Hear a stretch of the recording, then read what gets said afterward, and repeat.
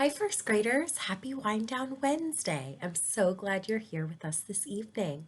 Find some place cozy to sit and we will get started. Happy National Women's History Month. I'm so excited to learn about influential women during the month of March with you. We started our celebration today, March 1st, by having a discussion about the women in our lives that we admire. First, we defined the word admire, and then each student shared a woman or women who they admire. Some students even shared that they admire other girls in the class. It was a great opportunity to strengthen our class community. This evening, I hope you share with your grown-ups at home the women in your life that you admire. Tonight, we are going to read another chapter from the story, Flat Stanley's Worldwide Adventures, the Mount Rushmore Calamity. Calamity, Jasper, is the title of chapter 3. The tourists dispersed, which means they left. And remember, tourists are people who visit a location that they're not from. It's been fun learning about different regions of the United States because we're celebrating Read Across America Week. I'm wondering if you'd like to be a tourist at any of the states that we've learned about so far. So those tourists dispersed, but Stanley and Arthur hung back with the cowgirl. What did you mean just then about it not being an earthquake? Asked Stanley. Calamity spread her arms out to the mountain range around them. Everyone, spread your arms out. There's gold in them there hills, she said. Everyone knows about the gold rush of the 1870s. Rumor is there's still more in those abandoned mines. I reckon someone's dynamiting to get to it. Gold? Arthur repeated. Real gold in a real gold mine? Yep, Calamity answered. I'm about to get me some myself. I found the map. Stanley and Arthur looked at each other. Can we come too? They blurted out at the same time. Calamity Jasper yanked her hat down and squinted at the boys. Okie dokie, she decided at last. I reckon you fellas could tag along. Might be needing some extra hands if I find a really big vein. We'll have to read on to find out what she means by vein. The next morning, the lamb chop family awakened in their tent to the sound of bird song and the scent of piney woods. Hey, that reminds me how sometimes during indoor recess or snack time, we watch a live camera of a bald eagle's nest.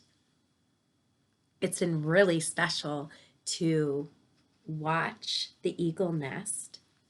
And we even got to see a female, which is a girl, eagle, sitting on some eggs.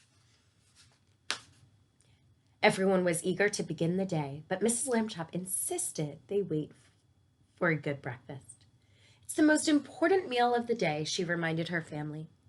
She was such a skillful cook that she made an excellent breakfast over the little campfire using only the tinned and dried provisions they had packed. The lamb chops ate with the hearty appetites brought on by outdoor living, and then they tidied the campsite, or they cleaned up and organized where they're camping. Just as the sleeping bags were being rolled up, a rustling at the tent flap caught their attention. The tent flap is like the opening into the tent. What do you think that sound is from? You could say, I predict that it is Calamity Jasper strode inside. Time for all the youngins to report to powwow, she announced to Mr. and Mrs. Lambchop. So youngins is another word for the youth or the young people that are with the Lambchops, which would be the two boys, Arthur and Stanley. So Calamity Jasper winked at Stanley and Arthur. I wonder if she's trying to communicate something to them. Did you hear that, George? Exclaimed Mrs. Lambchop. What a wonderful tour. So much for the boys to do. So they're thinking, right? Mr. and Mrs. Lambchop are thinking that Calamity Jasper is a tour guide who's going to take Stanley and Arthur on a tour. But is that what she's doing? Let's read on to find out what happens next. Can we go? Asked Arthur and Stanley, excited. It's may we go, dears, Mrs. Lambchop corrected her sons. We are not on vacation from proper speech. Then she sent a questioning look to her husband. Sounds like a fine plan to me, Mr. Lambchop said. So the boys eagerly followed Calamity Jasper to her horse. This here's Gold Rush, my trusty steed, she said. So Gold Rush is the name of her horse, too. And she patted the horse. Arthur, you can ride up on the saddle behind me, and you, she eyed or looked at Stanley. I'll roll you like a blanket and tie you on behind, right here under the cantle. That all right with you, buckaroo? Oh, sure, Stanley said. I am very limber. He showed her how he could bend and fold himself about, although normally he was much more modest about his abilities, which means he doesn't share often with others about how flexible he is. Being flexible means more than one thing. We know that you can be flexible with your movements, like Stanley is, and also be flexible when something's not going the way that you were planning on it to go. We tried out how to use a special website called Flipgrid today in class. We had to be flexible because it didn't go the way that we were hoping it would go at first.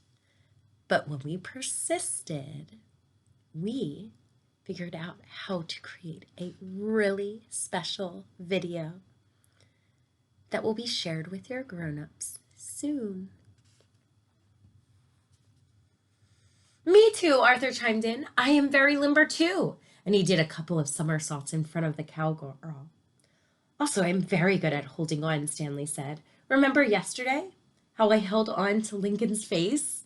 Arthur stepped in front of his brother, holding out his lasso and his harmonica. Also, he said, I have a lot of authentic cowboy gear, which we learned about during the first couple of chapters.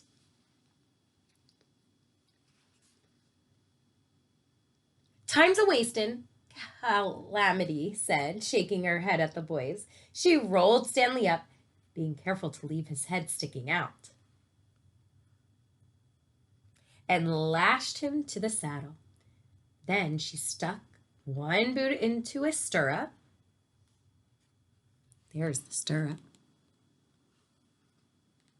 And swung herself onto her horse. Raise your hand if you've ever been on a horse before. Last, she pulled up Arthur behind her. "Giddy up," she called to Gold Rush, and they were off. Trotting along the trail was very pleasant.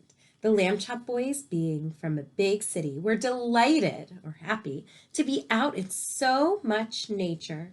To pass the time, Calamity taught them cowboy songs about painful longings for home, about faithful horses, and about wide open spaces. Things like that. The children were surprised to find that their voices were in perfect harmony, soaring and twining in the clear mountain air with astonishing beauty. Probably, in fact, no three people had ever sung cowboy songs that beautifully before. If a talent scout had happened to hear them that day, he would have signed them up to a record contract on the spot. So they're talking about how their singing was so great that if someone heard them singing, they would hire them. But that's not what happened. What happened was they ran out of songs. After that, Calamity pointed out the plants and animals along the trail. They saw pine and spruce trees and many wildflowers. They saw prairie dogs, red squirrels, deer, and even a herd of bison in the distance. Mountain lions are native here, too, Calamity said. If something's native to an area, that means that they're from that area. Like a tourist would not be native to an area that they're visiting because they are visitors. "And look," said Stanley, "mountain goats." "They're not native, though," Calamity Jasper told the boys. In 1924, Canada gave Custer State Park 6 goats. They escaped their pen and began to live in the wild. There are about 200 of them now. Calamity was an excellent guide, and the boys were interested in all of the things she told them as they rode along. Ooh, there's the word road. It has a magic E, a long O.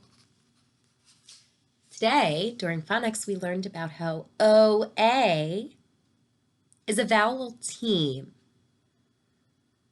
And we only hear the O, the first vowel, and it's saying its name. O. But after a while, they were really interested in what they were really interested in was getting to the gold mine. At last, they did. And we will be reading about Into the Mine next week. Thank you for joining me this evening. I hope you have a great night, and I will see you tomorrow. Bye.